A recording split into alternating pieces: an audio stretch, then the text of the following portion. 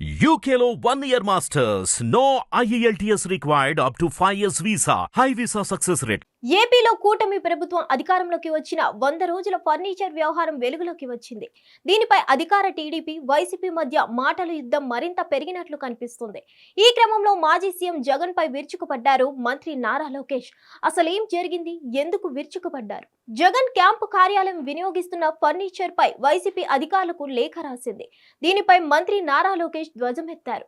జగన్ తన మూఠాతో ఉత్తరాలు రాయిస్తున్నారని రుసరుసలాడారు. జగన్ దాదాపు 40 మంది దొంగలు రాష్ట్రంపై పడి దోచేస్తారు. చివరికి ముఖ్యమంత్రి పదవి నుంచి జగన్ ని జనం దింపేసిన కుర్చీలు, టేబుళ్లు, సోఫాలు ఎత్తుకుపోయారు. జగన్ తన ముఠా సభ్యులతో ఉత్తరాలు రాయిస్తున్నాడు. ఆనాడు మా పెద్దాయన కొడేల శివప్రసాదరావు గారు ఇదే లేఖ రాస్తే ఎంత అమానవీయంగా ప్రవర్తించావో గుర్తు తెచ్చుకో జగన్ అంటూ సోషల్ మీడియా వేదికగా ప్రస్తావించారు మంత్రి నారా లోకేష్. ఇంతకీ వైసీపీ నేత లేళ్ల అప్పిరెడ్డి సాధారణ పరిపాలన శాఖ డిప్యూటీ సెక్రటరీకి లేఖ రాశారు. అందులో ఏమన్నారంటే, జగన్ క్యాంపు కార్యాలయంలో వినియోగిస్తున్న ఫర్నిచర్ లో తమ దగ్గర కొంత ఉంచుకునేందుకు అనుమతించాలని అందులో పేర్కొన్నారు. మిగతా వాటికి రేటు ఎంతన్నది చెబితే చెల్లించేందుకు రెడీ అంటూ రాసుకొచ్చింది.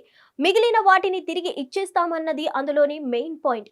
దీనిపై మీడియా ముందుకొచ్చిన ఎమ్మెల్సీ అప్పిరెడ్డి ఫర్నిచర్ ను స్వాధీనం చేసుకోవాలని అధికారులకు లేఖ రాశామని చెప్పుకొచ్చారు.